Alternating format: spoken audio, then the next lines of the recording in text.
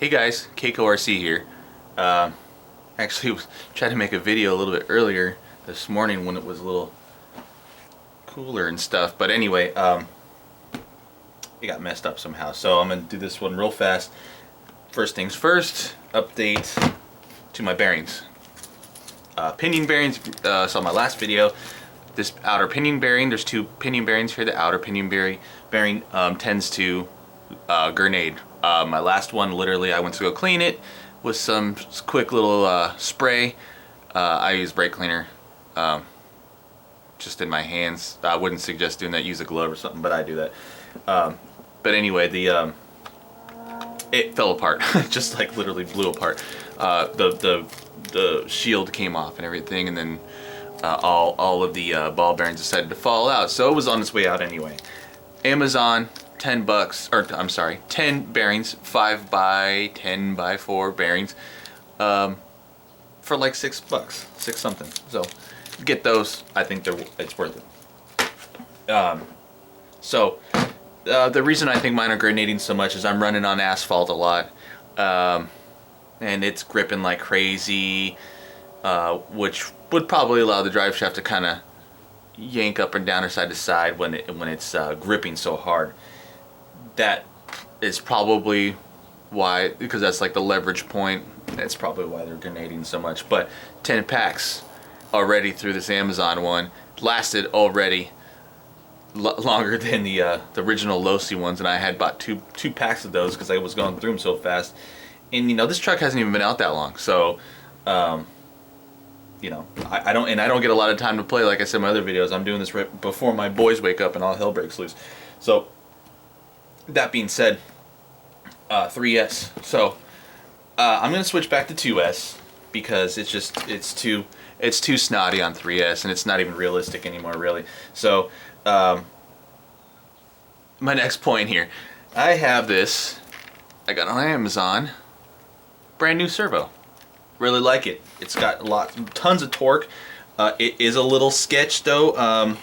I'm going to get the DX4C, I believe it is, radio, so I can mess around with X-Post, because as this is right now, I mean, if I'm on asphalt, and my street is really rough asphalt, it hasn't been redone in years, and I just don't feel like spending the cash right now to do it, because I live on a private road, so I have to fix it myself. It's grippy, let's just say that, and you'd make one little wrong twitch on your controller, and guess what? You're going all over the place. And let me make a suggestion to all you guys: if you're testing it out in a similar environment like mine, asphalt, whatever, and your tires are really grippy, just put your body back on, because I was running up and down the street a few times, and all this stuff is exposed. So now everything's all scuffed up. I wanted to see what it does, and the handling characteristics are night and day with the whole roll cage and body on and off. It's nuts. So anyway, servo's really cool. Let me show you a quick little action on it. That kind of brings me to my actual original purpose of making this video. Look up real quick. I really like it. Only problem is, on my radio, I don't know if you can see this little button up here, or the switch, it's on reverse. If I put it to normal, I go right, well, they're going left. I go left, they're going right. So the problem with this now is I can't switch it. I can't flip like you think. Just flip the thing back here or something like that, everything will be fine. And if you go by typical wiring for DC circuits, stuff like that, your red is always your hot. So I'm assuming this middle wire is your hot. I can't really see in there, and I didn't really take the time to do any research on it, but I'm assuming that middle one is red because it's hot. And this left guy on this particular servo is brown, but all my other electronics is black. So I'm assuming that's your negative and positive. And then when you have anything that is like a ESC or servo, you're going to have your white, and I'm assuming that's what's going to control your direction or something like that. Just giving extra information. So don't quote me on all that. I'm just making an assumption. But so anyway, I can't I can't use my AVC now. My AVC is backwards. Let's do it again. Turn this on. Let me turn my AVC on. I don't run it that high anyway to begin with, but let's just turn it on. Let me show you how I'm going. I'm leaning to the left. Well, the tires aren't supposed to turn with the truck. They're supposed to counteract the turn. So you always want to counter your turn. And it's going the direction of its slide, or whatever you want to call it. So when that gyro gets shoved that way, the wheels are supposed to do the opposite thing. I don't like that. It defeats the purpose of ABC. And like I said, I don't run it that high anyway, but I like to have it as an option. And of course, my buddy, he says, well, why don't you just man up and don't use it at all, because he has a Yeti Score, and every time we race, he's constantly flipping his truck when we do a drag race on my street, because it grips, torque steers, and his is flipping. And if I didn't run ABC all the time, mine would be doing the same thing. Which I did, and I suggest you put your body back on if you're going to do stuff like that. So this is where I'm at. It also, like I said, I'm going to get the DX4C, I believe, eventually when I get some cash. I figured I'd spend cash in the servo. I should have just I should have got the radio first, but it'll allow me, because this thing is so quick. Here's some specs real fast. Real quick. 311 inch-ounces of torque, 0.14 seconds at 60 degrees, which is your standard throw on all of the servos, both at 6 volts. I thought, awesome. Low voltage, everything like that. I did get a glitch buster. This is actually Spektrum's brand. Voltage protector was actually cheaper. And then I figured I'd spend the extra coin on this. This is on sale on Amazon for 70 bucks, normally like 90 or something like that. And get a better one than the Savox. I've heard good and bad things about the Savox. One of the biggest negatives about Savox is, or Savox, whatever, however you want to say it, is the noise, and you can definitely hear it. This one, I'm sure, I'm using a different camera, it might pick up more noise than it actually has, but I like it. It's really torquey, really good. But I will get that radio to mess with the X-post and lower down my initial flick of that steering wheel. It won't be as crazy. Let's just say that. So I can control it a little bit better, and that way I can kind of do. It wouldn't be an ABC, but it'll allow me to control the vehicle a little bit better. Let's just say that. Than just going 100% as soon as you flick that that steering wheel on your radio. So I'm excited and bummed at the same time. If you guys, anybody out there knows, before I go to the hobby shop today, after I go to do our every 2-week Costco $500 trip. I'm gonna try to head to the hobby shop. I know I have one open. I tried to call Horizon. I forgot they're closed today. It's Sunday. I don't even know what day it is anymore. But I'm gonna try my local hobby shop, see what they say. If there's any way I can reverse the signal inside the receiver. I mean, these things are so sophisticated. I don't see why not, but that might not even be an option built in. So I'll find out today. I've kind of brushed through the manual. It doesn't really say much, so I'm gonna just pick those guys' brain. They are a certified Horizon partner. You can't flip the whip to this thing. You can't flip it in there. It doesn't do nothing. That's what I was saying, the negative and positives and all that stuff. It doesn't do anything. It literally loses all its signal and it won't move. The one plus side I like to this servo, I don't know if you guys can see this, is you can unplug your whip right here anytime you want. You take your servo out, you need to work on it, you don't have to go all the way to the receiver and undo all your spot ties or zip ties, whatever you want to call them. You don't have to do all that. You just unplug it there. That's a really cool feature of it. The downfall of this is there's nothing online, nothing anywhere that says the direction of its movement. So just keep that in mind when you're buying servos. So this is kind of like a warning to you guys out there. Of course, Bulletproof RC, he used the Savox, everything worked fine. So he was living proof that worked, and everyone kind of followed suit. not that I didn't like what he was doing. I just like to go against the grain sometimes. So I tried something a little different. It was more expensive actually, but I like the specs on it, and that torque is going to get you out of those berms a lot quicker than speed wise anyway. That's really the only downfall with this right now. And any servo out there you look there, it doesn't really give you direction. If I can't find any information how to reverse this inside the receiver, I will run it obviously with my ABC completely off. I might even disable it. I think you do that with the bind plug. And see there, I might even rebind my radio after putting it in reverse on the radio, and maybe that might do something. I don't know. Maybe it'll trick the receiver into thinking that's the direction we're going now, and let's flip our ABC too. So I'm going to try to trick it into that. If all else fails, Traxxas makes a well, the only one I shop everything on Amazon because I get 5% back, but Traxxas actually makes one I seen, and it was Prime, so perfect, 2-day shipping. It reverses the signal with a small little circuit on there. Now I'm not sure exactly how they do that. I don't know if it looks like there's a little IC chip on there, so they might be coded to something already, telling it what to do. If you look online, all 3 wires match up color wise.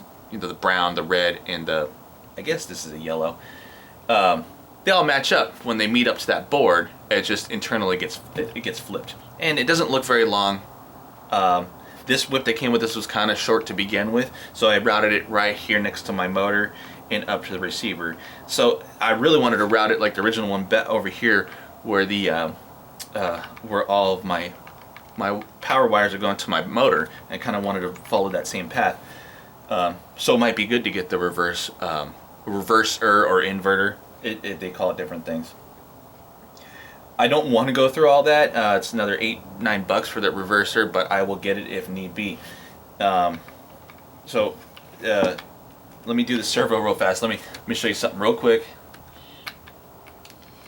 I don't know if you can be able to see this, but check out the servo mounts. Look at the servo. I don't know if you can actually see that moving. So the actual servo, the servo mounts are flexing. I don't like flexy, but it might be a good and a bad thing. Kind of save that servo, save the gears. I already, the servo saver is doing that, and all the plastic bell crank stuff down here is obviously saving the servo. But I do want a little bit more precision out of my steering, so I am going to opt for the. You guys can't see it. Jesus. Okay, right here, turnbuckles. They have aluminum adjustable ones on pre-order. I'm assuming you don't have to get those ones. I think they have other ones out there that people have already used on this truck. So that would be a start. Getting your tie rods in. Turnbuckles, whatever you want to call them. Aluminum bell crank. That will be my next option, and then probably this mount. I'm gonna do all that before I get aluminum upper and lower links in the back, because I want my steering to be pretty nice. Sloppy is actually good on this if you're gonna run on pavement because of it flipping so easily. But that's where my X Plus is gonna come in when I get my new radio here pretty soon. I actually have it on order from Horizon, so we'll see. I know the holidays and whatever, tomorrow's a holiday. We'll see what happens. I just ordered it on Friday, so. But it was really weird. These upper links in the back, this one was completely bent. Like, it had a dip in it. And I don't know if these have like metal internally or what, or if that plastic was just like, you know what, I'm giving up for a second. But when I straightened it back out, it stayed straight. It's weird. I can't even tell you how that works, but that's what happened. What else? So on my shocks, what I'm gonna do, I've heard some guy commented on one of my videos. You move this shock to the second mounting point on the top only, and it gives you a more vertical position of your shock, and it's supposed to dampen a little bit better, so that way you're not bucking on a lot of these jumps that have a good lip on them, or like a you know, like a Razorback type of thing or whatever. This truck's not meant for that type of stuff. So what happens is, and it happened with the normal trophy truck, it happens all the time on the Baja. You see them when these Mexicans out there try to sabotage these trucks, and they dig these big ass ditches or holes, and that trophy truck goes in that hole, but when it tries to pop out of the hole, the rear suspension compresses so fast because of the weight and everything, and you're on the throttle, you're already squatting, and then you hit a bump and boom, hit your bump stops, and now you're ass over tea kettle, and that's what happens. Basically, one of the guys is saying, move your shock mounting point, which I'm gonna do here today, and then I'm gonna try that first. I am gonna experiment with different oils too. I have probably 10 different types of weights of oils for the shocks, so I'm gonna try 35 my next. I have 30 all around. I refilled everything, cleaned everything out. On my last video, I'm telling you, this stuff leaks real fast. One of the guys coming on my videos, it doesn't really leak too much from the bleeder screw on the top, the shock.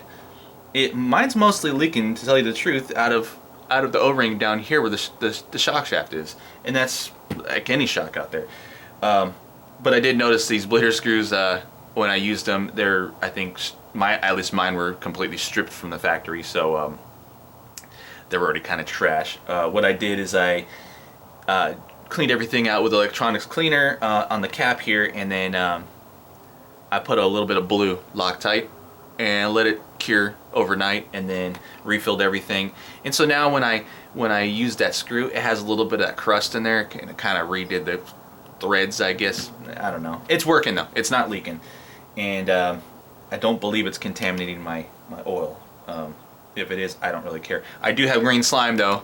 When I take these apart again, I forgot to use the last time, I'm gonna probably, I think you can take these off from the bottom here, so you don't have to use use shock shaft pliers, and I wouldn't buy them anyway because they're freaking expensive. So just use regular duck bills or serrated needle nose, whatever you want to do, and just wrap them in some freaking tape, man. I mean, that's basically the same thing. Just be innovative, use what you got at home. But other than that, yeah, truck is still fun. But like I said, I'm bummed and excited at the same time about this servo. But that was just my quick little, we'll try to be a quick update / inquiry. So if you guys have any suggestions on if you've experienced it reversing the direction internally on the receiver, that would be great. Because if you switch the channel on your radio, it just reverses it and it works, but your AVC is now off because that's internal on your receiver. It's not, you know, you control your AVC intensity, I guess you want to call it, on your radio, which talks to the receiver, but it doesn't, reversing anything up here doesn't actually reverse it. I don't know exactly how it works, because it's technically talking to the receiver, telling my servo to go that way, but the gyro's off. So yeah, anyway, let me know, guys, and I'll get back to you guys with another video. I'm gonna try to head out today, for family fun stuff. I actually made a video last night, but I trashed it because I had one too many beers at my church festival, believe it or not. Yes, we drink beers and stuff, and we have fun there. So that's fall festival. So anyway, yeah.